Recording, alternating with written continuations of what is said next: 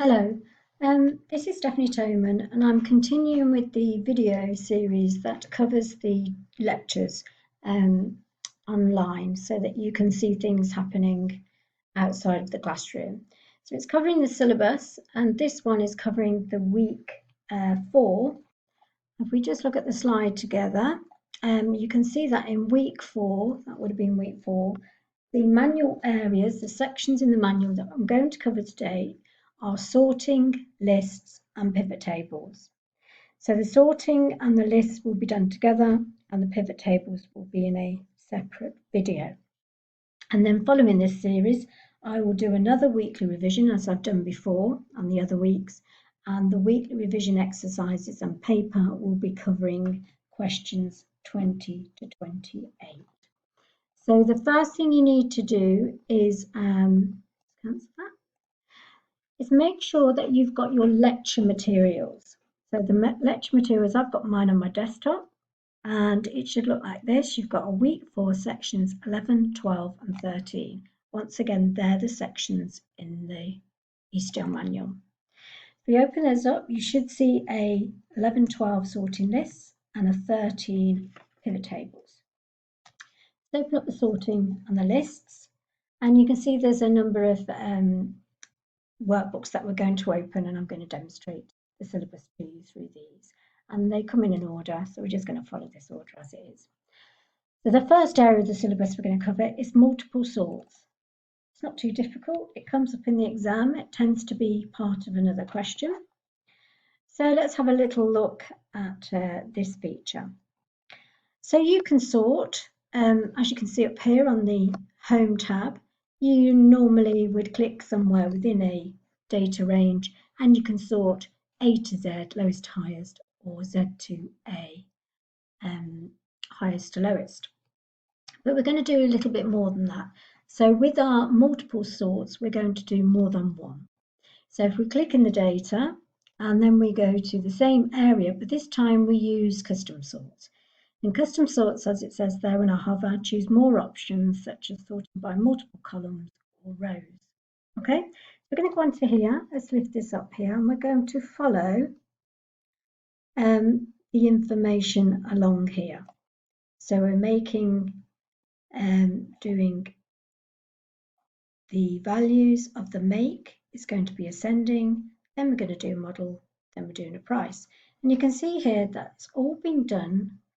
So you can see the sort of thing that we're getting at. So let's just delete, and let's OK and start again. So together we're going to create that custom sort again. There's our first one. Drop that down and we're going to do it by make. So we click on the make and we make sure that it's A to Z, which is the default ascending. I can see my header rows. My header's in here because this is ticked on. Take it off and they become column A, B, C, etc. So you can still use those if you didn't highlight your headers or they weren't picked up. You can still use the columns as long as you know which one represents which heading. So then I'm going to add a level, and this one I'm going to do it by model. And if I just pull this down, they're all going to be ascending. The final one at another level is price. And you see, because it's a numeric field, it's got smallest to largest. Then we OK. You can see that the data becomes a little bit skewed. So normally we would look at something, we would know that it's been sorted according to what we've asked. This will sort first by your first item, then your second, and then your third. So your first sort will be priority. And this doesn't look too bad, but some data can look quite different. So that's the sorting by make. I've just dropped a reminder for revision here in the bottom of the spreadsheet, just to help you think about other ways of doing it. In that case, that's being descending. Okay. So we're going to leave that. That's all there is to it, not a lot. And then we're going to look at the filtering list, also a small area, just to make sure that we cover the syllabus. I would imagine a lot of you are already using filters. the data tab is where we find our filter. You can see that I have filtered data here, and click it on and click it off. If it's not in the range, it won't click back on again. So you do need to be in the range in order to do it. So outside the range, it won't do it. Okay, that's pretty straightforward. Normally we would do a filter according to what we need. With a test question, however, what people tend to think is they must use these other filters to make it look like they're, doing that bit more. But it really depends on the question. So what they're trying to get at in the test is, do you use the most efficient way? So if I was going to do, I wanted to filter this to everything above 2, I would just do that, and then it would include the 2, and above, if I didn't want the 2 included, I'd just do that, and it would be filtered. And I might think I need to go and do what I'm going to do is a greater than or equal to, and then put in a 2 and filter it that way. But you can see which one is there's a clear again. You can see the one that's much more efficient. So always go for the most efficient. Okay, so it's quite straightforward. It will either be filtered when you get into the question, or it may not be, or you might need to clear and do something else. So just keep an eye on what's going on in the window. And I've popped the sheet on just to remind you of how you need to think about the most efficient way. And that's that on that area. Let's close this. And let's look at some advanced filters. So filtering is pretty straightforward, simple filtering. But we can do a bit more. And why not? This example is how we'd use advanced filtering. So if you go into the data tab, you can find the advanced filter in the sort and filter group. And the advanced filter's there. You'll notice that a couple of things, or you may not notice, but one thing I think you will notice is that there's headings at the top and an area where I put some criteria. Just like you sort of would in an access query, you're putting it under the field, and that's the information that you're drawing out, and in this case, filtering. Okay, so we want to filter in this data here, administration that is less than 5 days absence, as it says over here. So administration staff who have been absent less than 5 days. So we want to give them the bonus for doing that. I've highlighted the yellow just so you can see it in action. The other thing is that we need to click in the data before we can do anything. Then we need to go to the advanced. Make sure that the list range is the data, like the survey type data, the larger amount of data. Drop that down. The criteria range is where you've placed the information under the headings we've got separately up there. And then when we OK, it will filter accordingly and draw out everyone that's had absences in administration for less than 5 days. So quite quick and useful. And then there's a clear at the top of here where you can clear and take you back to your recent data. Let's have another go at the next tab along, filtering 2. Let's think about what we'd have to do to answer this. So the first thing is I make sure I've got my headings across the top. I'm going to make life easier and copy computer services and paste it in there because that's what it wants. All computer services staff who have been absent less than and including 2 days. So my criteria for absence would be less than and equal to 2 because it's including the 2. So it has to meet both those criteria to filter that information for me. So then I'd go to clicking my data, go to my advanced. Luckily, it's picked up that table already for me because I've been on it before. The criteria, however, I will have to highlight and note how I highlight all of the criteria, whether it has its headings and its criteria, whether it has information or not. And then OK, and you can see that filters that beautifully there. So that's a quick way of finding lots of information. There's a couple of little extra bits on there that you can play with, but that's the gist of it. However, there is a lot more to advanced filtering that we're going to look at next. Just close that, don't save. So there you go, more advanced filtering, the next folder, number 4. So we're going to open up more advanced filtering. And we're going to look at the different ways that you can use it other than the one way that I've shown you, which is just straightforward and. So in this one, we've just got a very simple filter. If we go to the Data tab, is it filtered? Can we see it down here in the filter mode? If I hover on there, there is a filter applied to this sheet. So we can actually clear it, and there we go, it's not there. So let's change the data this time, and we're looking for totals. Make sure I only have one in there. Less than 500. So we want totals less than 500 filtered. So click in the data as you have before, advanced. It's already picked it up. Onto the criteria, highlight that, criteria range, OK, and then you can see that it's fixed that. Next one, and. So it's just another and one, but it's got 2 lots of data that we had in the first one. If you looked at this and we went to do it, we've got our data, we've got our criteria, and we OK, and nothing happens. And as I've got on here, I'm asking you, is there something wrong with this?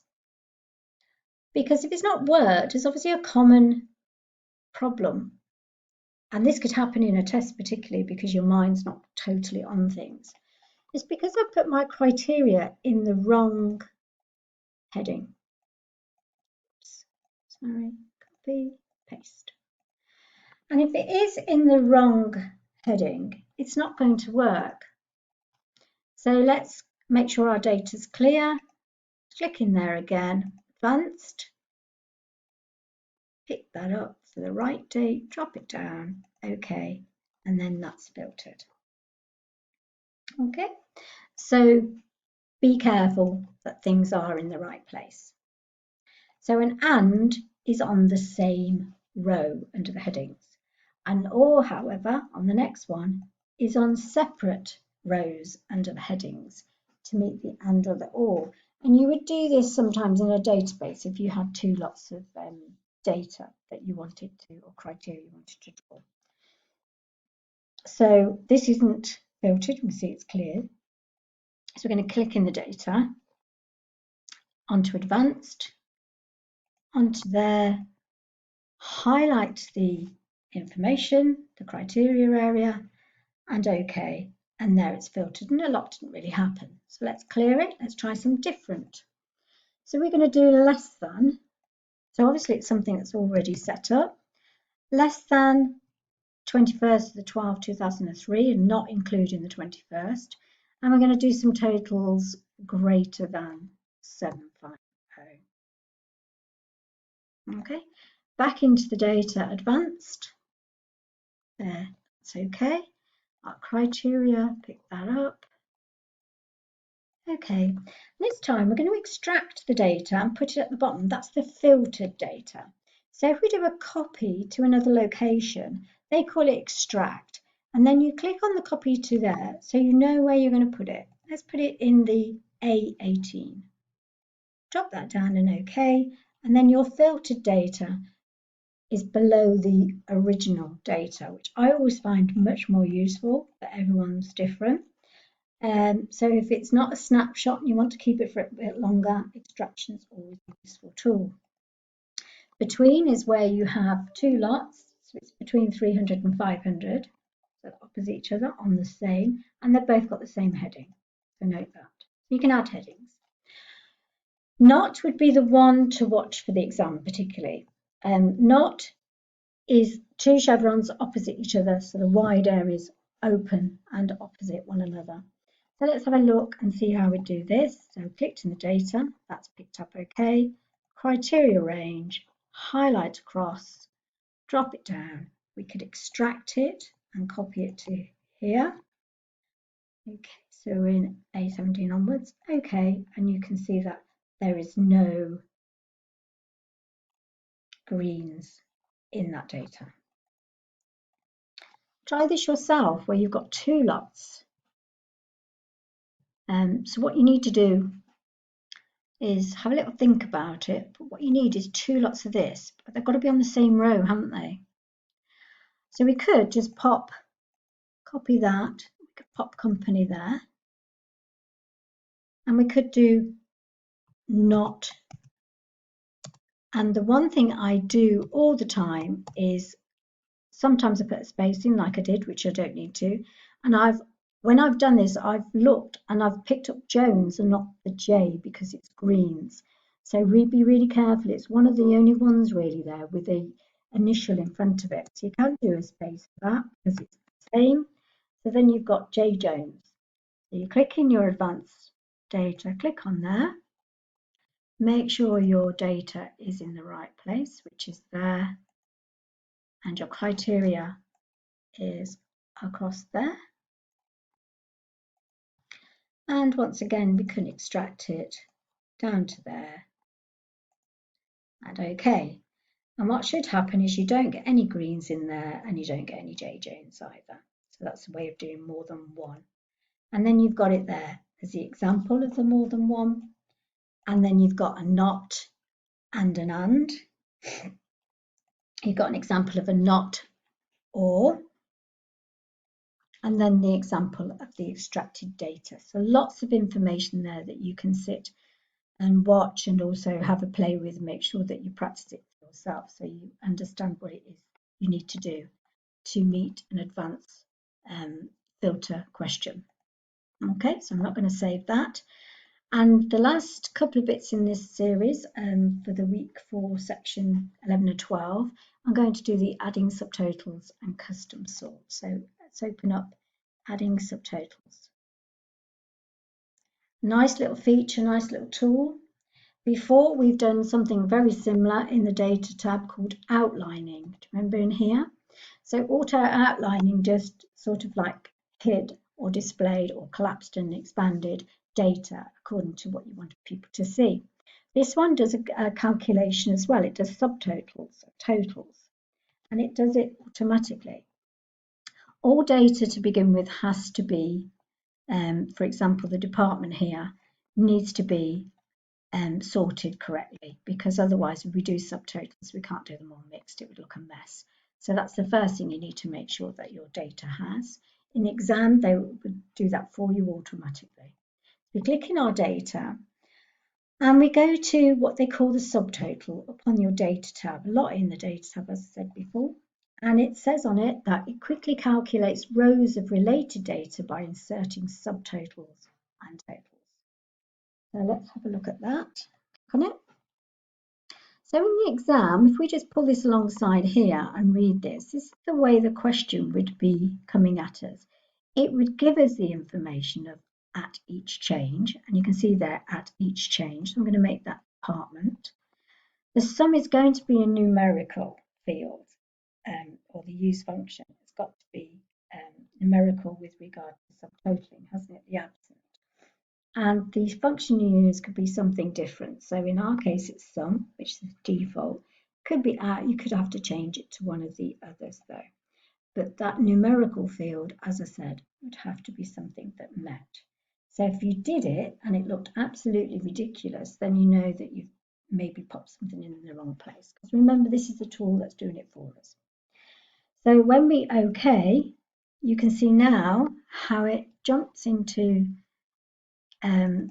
outlines as it did with the outlines before, but this time they're subtotaled, and you can see there's some highlighted areas all the way along with subtotals. So once again, if we click on one, we get the grand overall total. Then we get the subtotals and the grand total, and then on 3 we get all of the information. So the question may be that it wants you to use subtotal this data according to instructions, as we've had here, and then show subtotals and total only, and that could be your question answered. So not too bad, just takes a bit of time, think about it, think what you're using. And then I've done a couple of examples here where you could try it again, and you could do it, you could do it with regard to using an average. So remember department at each end, absent, okay. And then if you wanted to remove all back into there, oops, click on there and remove all, and it goes back to what it was originally. So think about that. There's the information there, a little bit further. I don't think you'll need it too much, but it might help in revision areas. Okay, so that's that area covered. And the final bit of the syllabus here in the 11 and 12 sorting and lists criteria is the custom sorts. We're going to open that up together and have a look at this.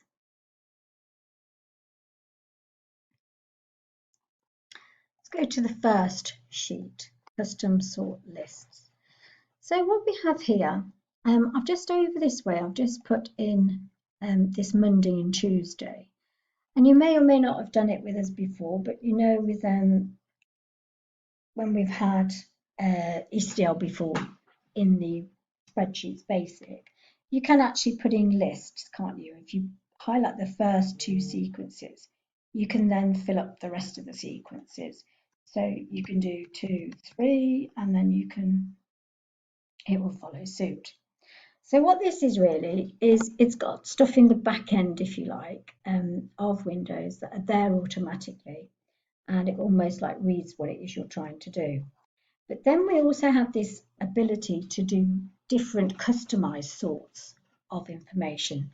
So instead of just starting Monday, Tuesday, Wednesday, Thursday as they do, we can change that accordingly. So if we pick up these, just to make your life easier than mine, I'm going to copy that in. I'm going to place it in under the order of the day. So H6 to H14. And you can see it's not in order, not in any particular order. And it goes back round again, so not too good. So if we click in there and we go to the sort and we go to the custom sort, remember we used the custom sort when we were doing the multiple sorts. This time we're going to drop down here and make sure we've got the right heading that we're dealing with there. And then in here, we're going to go into custom list. And this drills down into an area a little bit more to it. So we've got lots of days here and we want them ordered properly. So we're going to go for the Monday, Tuesday, Wednesday, etc. The normal week, if you like. And I didn't pick the Mon to Wed because it won't work against the text that we've got in our workbook spreadsheet. Okay, so if we OK that, we can see it's up there. We OK it again, and it fixes it beautifully so that it's sort. However, what if we had unfortunately, a week that starts on a Sunday? So let's try that then. So we're going to go back into the same feature, custom sort, expand, yes. We're in the order of the day, that's what we're changing, and we're going back into the custom list. I'm going to add a new list in. We've got one there, but I'm going to delete that. It's not very good, it's just been started, so let's just delete that. Okay. And I've just for ease, I've copied it out here just so I can run it through. So Sunday, Monday, Tuesday, Wednesday, Thursday. Let's say that it finishes, oops, Thursday.